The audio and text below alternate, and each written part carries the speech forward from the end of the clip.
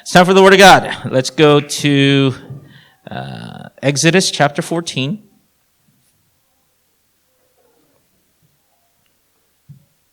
And we'll read 15 to 18. Exodus 14, 15 to 18. Exodus 14, 15 to 18. Let's read these verses out loud together. Ready? Begin. Then the Lord said to Moses, "Why are you crying out to me? Tell the Israelites to move on. Raise your staff and stretch out your hand over the sea to divide the water so that the Israelites can go through the sea on dry ground. I will harden the hearts of the Egyptians so that they will go in after them, and I will gain glory through Pharaoh and all his army, through his chariots and his horsemen. The Egyptians will know that I am the Lord when I gain glory through Pharaoh, his chariots, and his horsemen." Amen. So a very famous story you guys know about crossing the Red Sea, right? The Israelites had been slaves in Egypt for the longest time. They cried out to God, "God, why have you forsaken us? God, why don't you care about us? For generation upon generation upon generation, we are slaves in this land. We're suffering, and God, you are silent. You're not doing anything for us. What's the point of being your people? What's the point of being your children if you're not taking care of us, if you're not answering our prayers?" That's what the Israelites thought, right? Whereas God had his plan, his timing, his person that he wanted to raise. And who does God raise? He raises Moses, right? And Moses is trained in the wilderness, in the loneliness of the desert, right? Tending sheep, where all he has is God. And God appears to him and he says, "Moses, I want you to go and rescue my people from the Egyptians." And then you guys know the story, right? Moses goes and says to the people, "Let my people," or to the Pharaoh, "Let my people go." Pharaoh says, "No." And then all these terrible things happen in Egypt to finally convince Pharaoh, "Okay, fine. You guys can go." And they leave. And you can imagine all the joy and jubilation, the hope that was amongst the Israelites as they were finally leaving the land of their captivity, where they had been slaves, and they were moving to God's promised land. So moving from a land of captivity to God's promised land. They're on that journey, but this is the beginning part of that journey, where they're on their way. And what happens? As you guys know, right? The Egyptians change their mind. They're like, the Pharaoh changes his mind, because that's what people in this world do. They change minds, right? They're like, "Okay, you can do it." "No, never mind. I changed my mind." And they are now in pursuit of the Israelites. And so we see the situation where behind them are the Egyptian soldiers. In front of them is the Red Sea, and they're stuck. You guys are familiar with this. And now, what do? Now, what are they supposed to do? Well, they did what we do when we find ourselves in impossible situations. Have you ever been in a situation where you're in trouble and there's no solution? It could be because of something wrong you've done, or many times it's something out of our control. And we're in trouble, and and I need God's help. No matter which way I look at this situation, there's no solution. There's no way out. Very similar to where the Israelites are right now. They're in a situation where they turn this way and you have the Egyptians. You turn that way and you have the sea. Certain death either way. You ever find yourself in that kind of a situation? A problem or an issue that you've been working on, and there is no solution. I'm kind of in that right now as well. I've been working on it, but there just doesn't seem to be a solution. Right? I do this, it's harmful. I do that, it's harmful. What am I supposed to do? Where's God in this situation? Right? And today, the Israelites, in today's passage, the Israelites are crying out to God, or crying out to Moses. Moses, what are you doing? Why did you bring us out of Egypt? Right? And Moses is saying, God, what am I supposed to do in this situation? Verse 15, God says to Moses, why are you crying out to me? Now, that's an interesting question, right?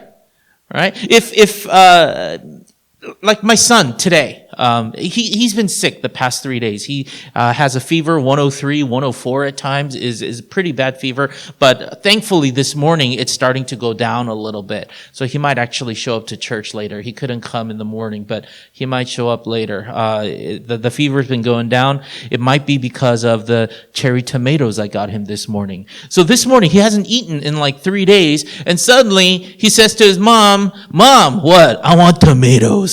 Right? So then what should mom do? If the son says, I want tomatoes, what should the mom do? Give him tomatoes. But there are no tomatoes at home. So then what should the mom do? Huh? Go buy some, right? That's not how it works in our family. What mom does is she tells the husband, the son wants tomatoes, go get some tomatoes, right? That's how it works. Now, my point here is silly. And so this morning I had to go and buy tomatoes, those little tomatoes.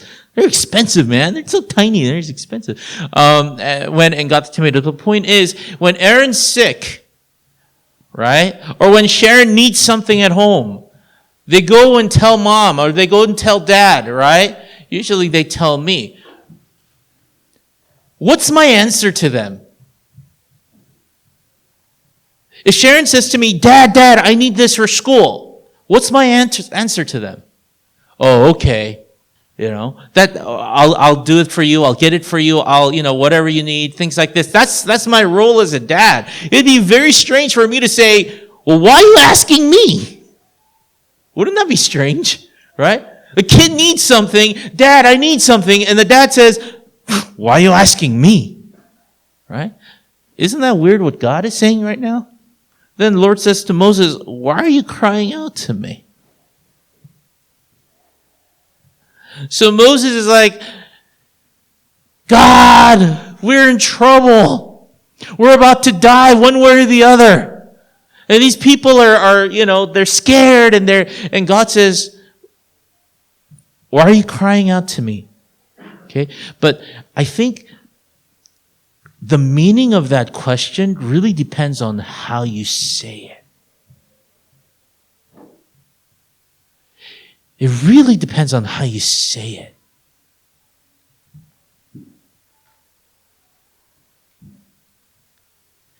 Look, if Sharon said, for example, Dad, I really need help with this math, right? I really, really need help with this math. If I don't get this done, then I'm going to get in trouble at school and I'm going to fail and da-da-da-da-da. If she did that to me, Dad, I really need help in this math. Oh, what am I going to do? And she's like, oh, worried and stuff, Dad, right? If I could say to her, well, why are you telling me that? Why are you crying out to me? That means, hey, that's not my problem. That's your problem. You figure it out, right? That's the nuance. But if I said, Sharon, why are you crying out to me?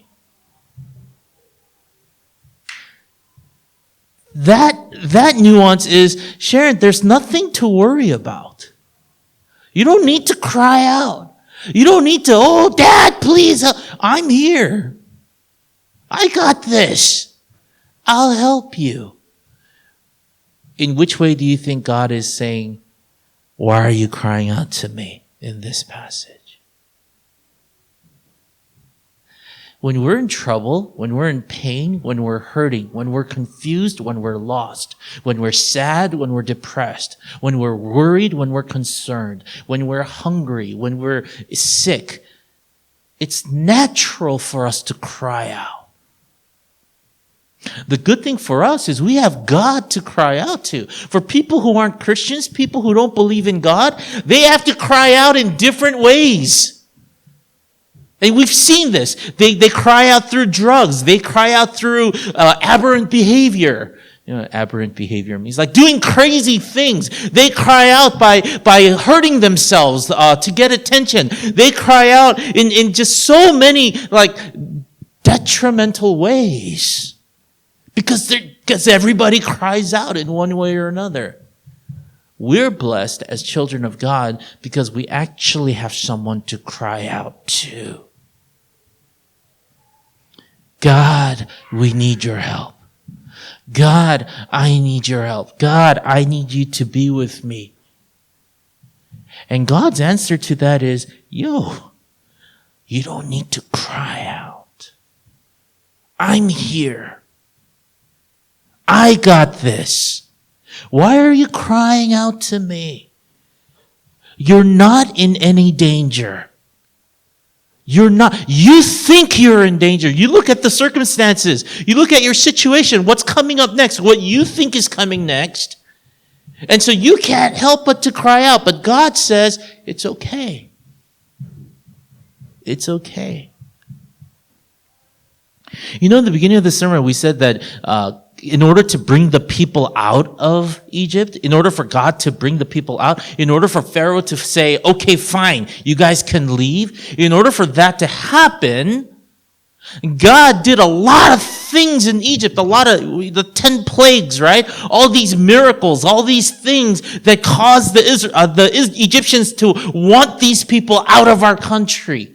They saw a lot of miracles. There were miracles because these were things that were destructive to Egypt, but not to the Israelites right next door. The Israelites saw this. They witnessed this. And so for us reading the story, we can have the attitude of, what is wrong with these Israelites? Don't they know that God is a God of miracles, that God is a God of power, that God is a God of love and compassion, and that God will rescue them? Don't they know this? Couldn't they tell by all the miracles that God had done in the past?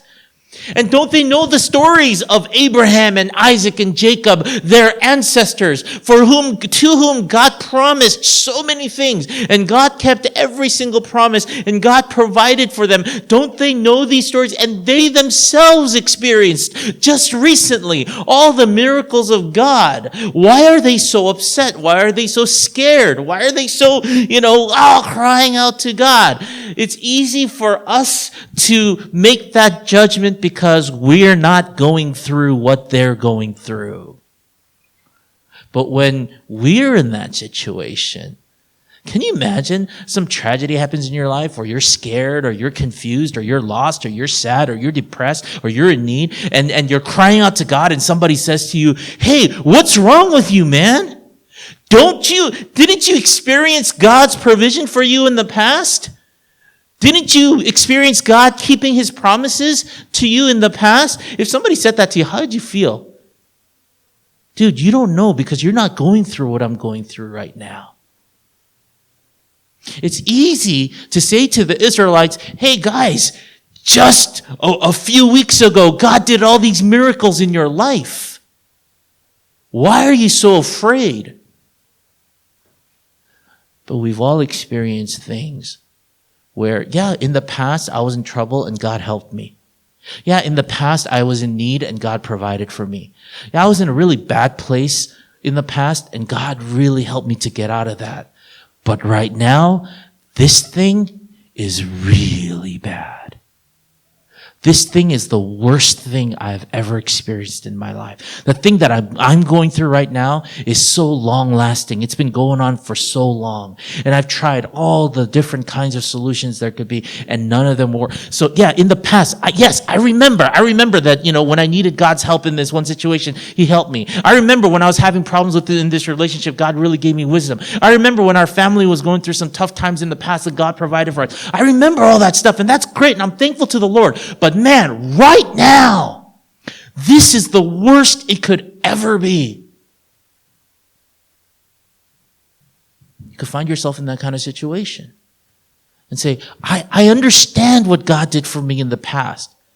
And man, when I look back, he did some great things. But But right now, this situation I'm in, there's no way out. And that's what the Israelites are feeling right now. You go to the Israelites right now and say, hey, didn't God do all these plagues? And didn't he? Yeah, he did. But look, this is different. This is different. This is especially bad. I'm especially desperate right now. This is different. Here's the thing, guys. It's true. Our situations, our circumstances, the things that we go through, the level of hardship, the level of hopelessness, helplessness, those things change all the time. They differ. But as you guys know, God never changes. God's never different. And so although our situations change, our circumstances change, and our ability to deal with certain things, that changes too. Our level of faith changes. But God never does. And so when the Israelites are crying out to God, God's answer is, why are you crying out to me? Why are you crying? Are you worried? Do you think I'm not here? Do you think that I'm the one who led you to this place? Do you think I'm not going to take responsibility for you? Do you think I'm going to leave you alone? Do you think I'm going to change my mind the way Pharaoh changed his mind? Why are you crying out to me? Well, what are you going through? What are some things and changes that you've tried to make and it's just not working? In what ways are you desperate? In what ways are you, this situation is so different from what you experienced in the past?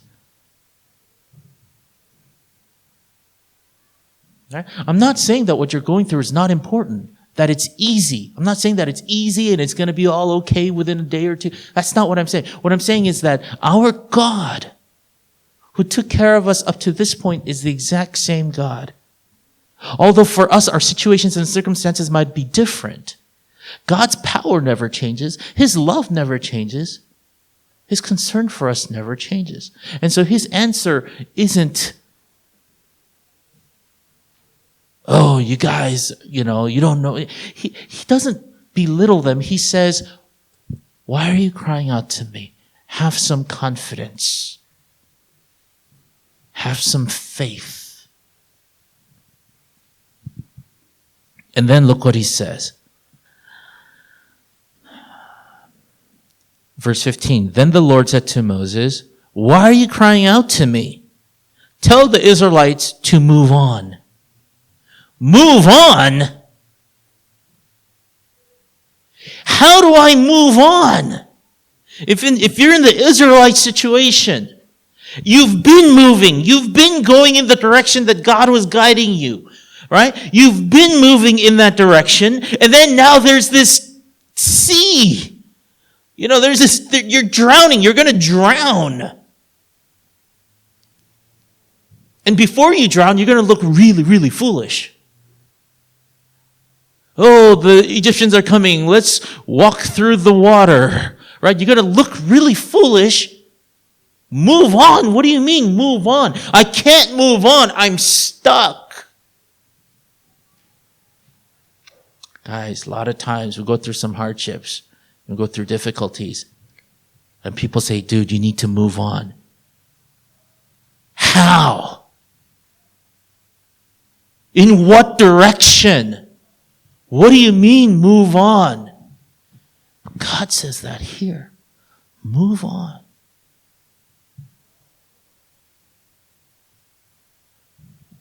And then look what it says, verse 16. Raise your staff and stretch out your hand over the sea to divide the water so that the Israelites can go through the sea on dry ground. I don't know how you feel about that, but when I read this, I'm like, God, couldn't you be just a little more dramatic here? Right? He says it so matter-of-factly. Why are you crying out to me? Move on. Stretch out your hand, divide the sea in half, and walk on dry ground. Duh. Right? It's like he says it so matter-of-factly, like it's no big deal. Like, this was already all planned out. that God already knew what was going to happen. He knew what the solution was going to be, and he knew that it was going to be a perfect situation. It's almost as if he knew all this stuff already. Because God doesn't panic. He doesn't say, give me a minute while I think about this. He doesn't say, there are several different options. Which one should I choose? No, he says, move on, stretch out your hand, divide the sea, and walk through on dry ground.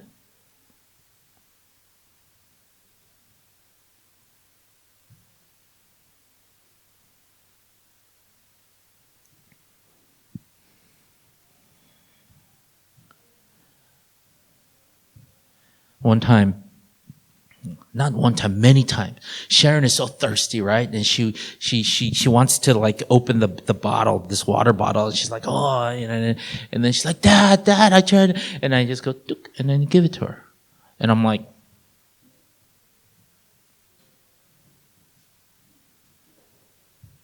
that's God to us, you guys.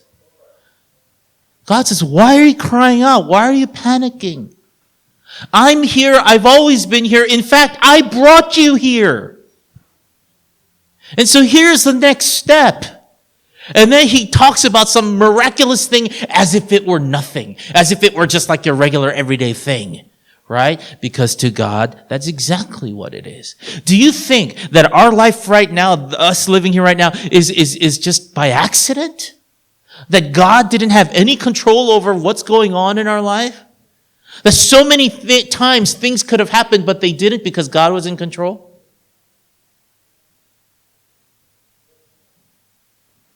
A lot of times, because we don't see it, we think it's not happening. But God is in control right now, even in our circumstances, right now, in our situation, right now. And so God tells Moses, stretch out your hand. Because here's my plan.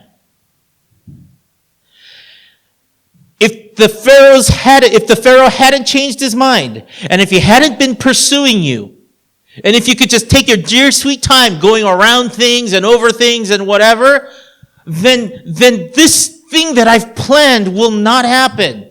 And what's that? Punishment of the Egyptians for the way that they were, for the ways in which they offended God. God says, I will receive glory through the Pharaoh, through the horses, through the chariots. And we're like, what? How? Like, how do you receive glory through the army of the enemy, right? And it was through their destruction. The Israelites had no idea.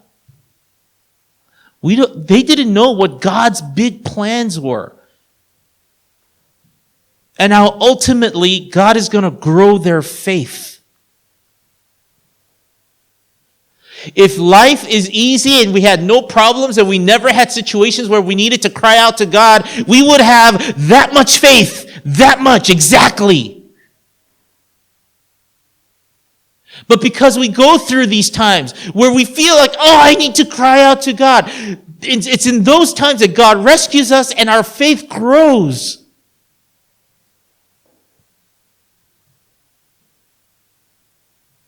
And so many times, knowing full well what the situation will be, God puts us in those situations. God leads us in those situations. And do you know what? At the end, He always rescues us to show us, I am God.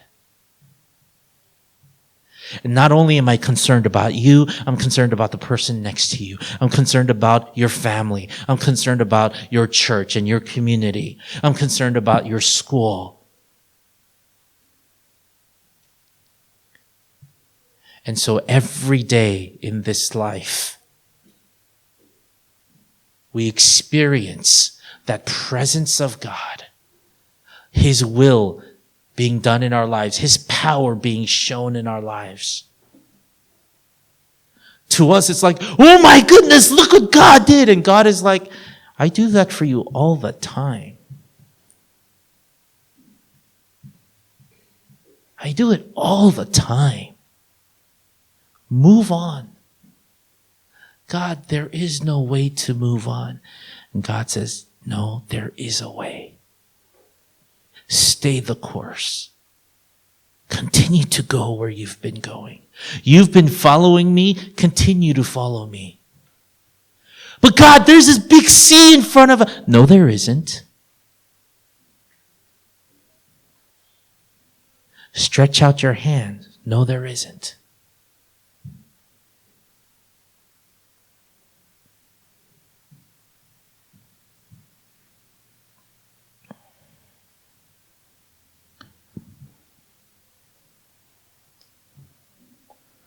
Somebody once asked me, I thought it was cool. One of the youth group teachers from many years ago, she asked me,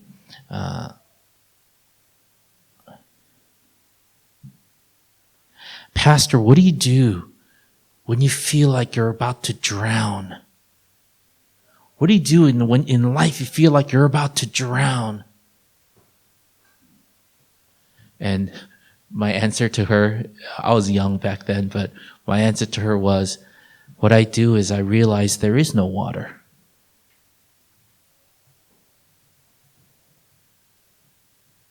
I'm not about to drown. It's all in my head. It's all in my perspective. When the Israelites move forward, there's the Red Sea. They see it. It's clear. There's no way out. It's right there. It's in front of them.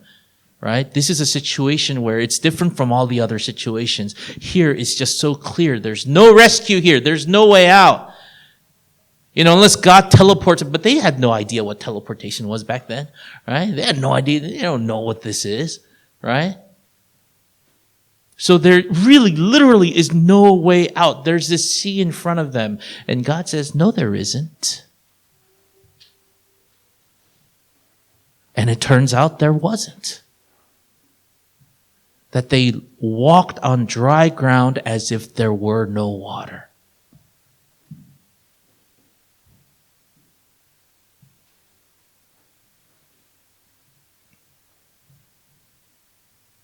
And it was all possible because of God. You guys, don't change courses. Move on. Go where you've been going because God is there and God is waiting for you. Remain faithful to the Lord because God is there. God is waiting for you. What about these obstacles? There are no obstacles. God's taking care of all of that. Let's pray.